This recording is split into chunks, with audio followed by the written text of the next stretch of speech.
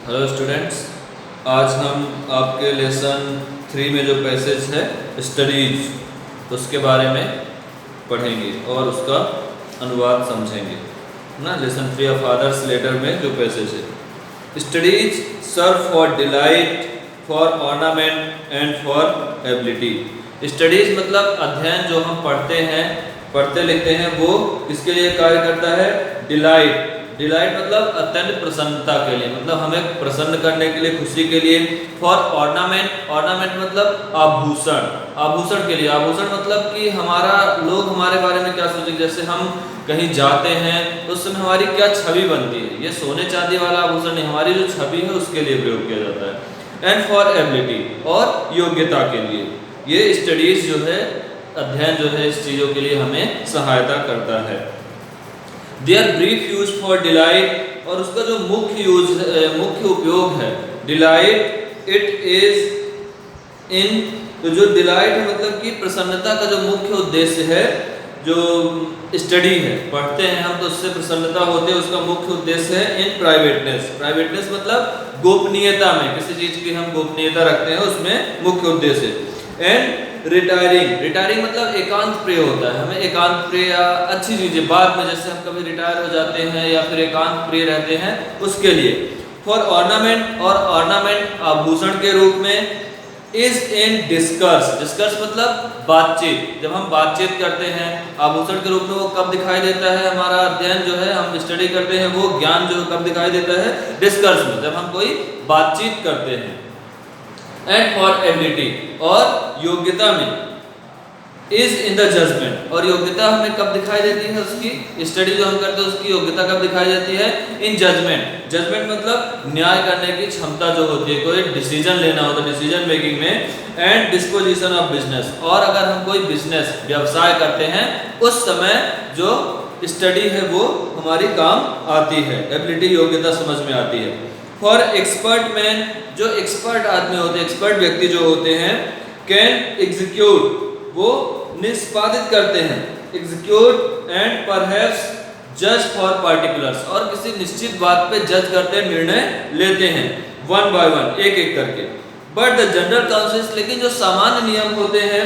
And plots and marshalling of affair, plots मतलब जमीनी से जो विवाद होते हैं, जमीनों के जो मैटर होते हैं। एंड मार्शलिंग, मार्शलिंग मतलब प्राथमिकता निर्धारण, हमें किस चीज को प्राथमिकता देना है वो।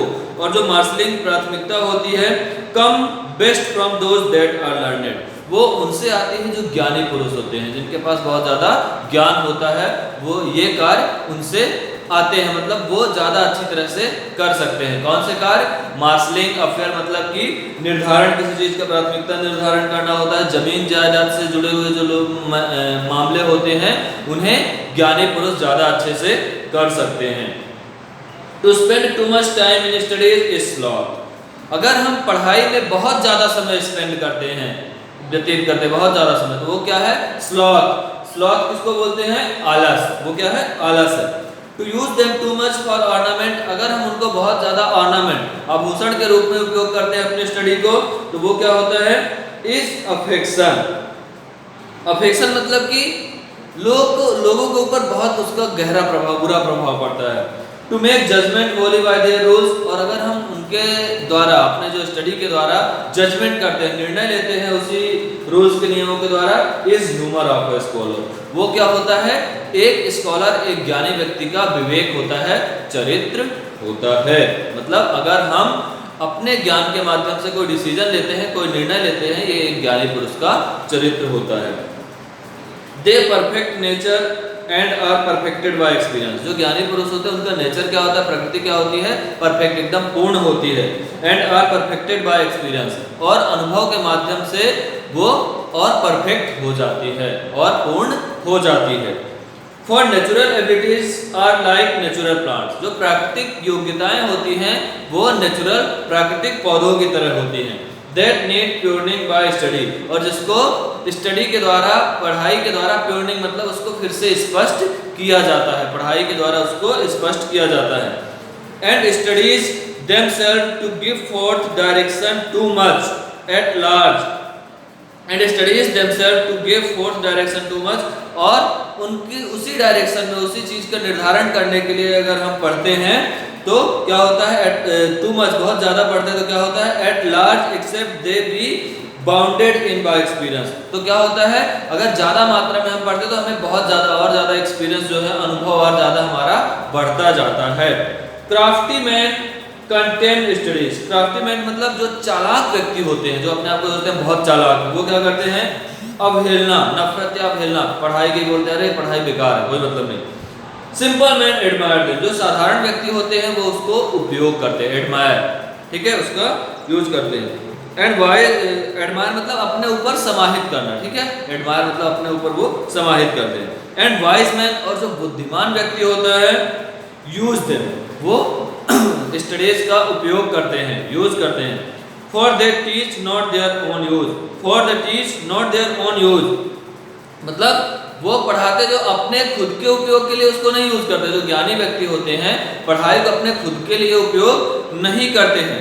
But that is a wisdom without them and above them born by observation. लेकिन वो क्या होता है, but that is a wisdom, वो क्या होता है जो मतलब ज्ञानी व्यक्ति उपयोग करते हैं, उसका कैसे उपयोग करते हैं, is a wisdom.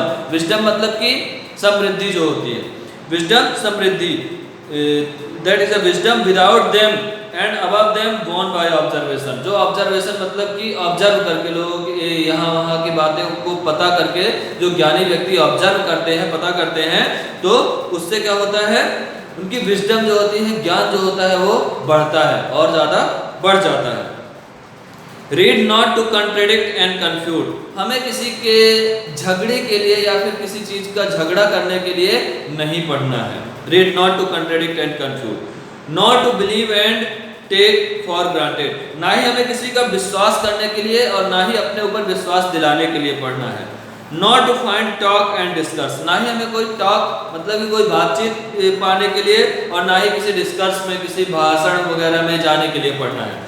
But to weigh and consider, लेकिन हमें अपनी वैल्यू जो है उसको बढ़ाने के लिए पढ़ना है। अपनी जो वैल्यू है, अपनी खुद की कीमत जो उसको बढ़ाने के लिए स्टडी करना है, अध्ययन करना है।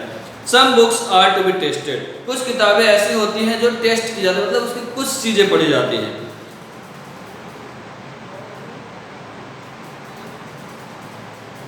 अदर्स टू बी swallowed, और बहुत सारी बुक्स होती है जो उनकी बहुत सारी चीजें पढ़ी जाती है, बहुत उसी में मतलब गहन अध्ययन किया जाता है। And some few to be chewed and digested, और कुछ ऐसी होती है जो यहाँ पे च्यूड एंड डाइजेस्टेड, चबा के और डाइजेस्ट हजम की जाती है, ऐसा नहीं, मतलब कुछ ऐसी किताबें होती है जिनका बहुत गहन अध्ययन करके अपने ऊपर उन चीजों को उतारा जाता है। डाइजेस्टेड का मतलब अपने ऊपर उतारना। That is some books are to be read only in part, मतलब कि कुछ किताबें जो है केवल कुछ भागों में पढ़ी जाती हैं। Others to be read but not curiously, कुछ किताबें ऐसी होती हैं जो पढ़ी जाती हैं लेकिन curiously, उत्साह पूर्वक या उत्सुकता पूर्वक नहीं पढ़ी जाती हैं। And some to be read wholly and with diligence and action, और कुछ बुक्स ऐसी होती हैं जिनको पूरी किताबें पढ़नी होती है, पूरी किताबें हम पढ़ते हैं और डिलीजेंस एंड एक्शन मतलब कि अपने पूरे आंतरिक मन से और उसमें दिन रात लगे हुए रहते हैं और उसको पढ़ते हैं। Some books also may be read by deputy and extracts made of them by others, कुछ किताबें ऐसी होती हैं जिनको दूसरे लोगों के बारे में जानने के लिए हम पढ़ते हैं।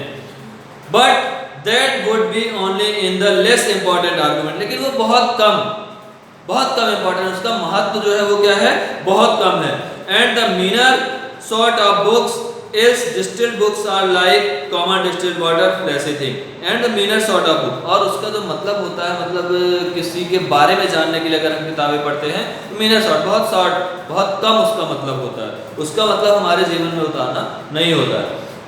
Else distilled books are like common distilled water fleshy thing, जो चमत्कारी किताबें होती हैं, जो चमत्कार मतलब कि हमें आगे बढ़ाती हैं, हमें ज्ञान रूप मतलब ज्ञान प्रदान करती हैं, वो क्या होती हैं, are like common distilled water flashy thing, जो चमकदार वाटर होता है, इस मतलब साफ शुद्ध पानी होता है, उसकी तरह होती है फ्लैशी थिंग्स, मतलब चीजों को वो प्रतिबिंबित करती हैं। तो जो अच्छी बुक्स होती हैं वो चीजों को प्रतिबिंबित करती हैं। इस पैसेज में बेसिकली ये बताया गया है कि जो किताबें होती हैं वो 3 प्रकार की होती हैं, मतलब कि कुछ किताबें ऐसी होती हैं जिनका कुछ भाग पढ़ा जाता है, कुछ किताबें ऐसी जिनको पढ़ा जाता है लेकिन अच्छे से नहीं पढ़ा जाता है, कुछ किताबें ऐसी होती हैं जिनको पढ़ा जाता है और बहुत अच्छे से पढ़ा जाता है और अपने ऊपर उनकी बातों को लागू किया जाता है, उन नियमों को लागू किया जाता है। ये हो गई किताबों के बारे में। और ज्ञानी पुरुष के बारे में कुछ बातें की गई। कुछ लोग अपने जो ज्ञान होता है, पढ़ाई से हमें ज्ञान मिलता है, उसका हम ऑर्नामेंट के रूप में उपयोग करते हैं। ऑर्नामेंट मतलब आभूषण। तो यहाँ पे आभूषण सोने चांदी वाला नहीं, मतलब हम कहीं जाते हैं तो हमारी वैल्यू वहाँ पे क्या होती है, वो हमारा ऑर्नामेंट आभूषण होता है ना। तो इसके क्वेश्चन आंसर आपको आगे आपके ग्रुप में मिल जाएंगे। Thank you.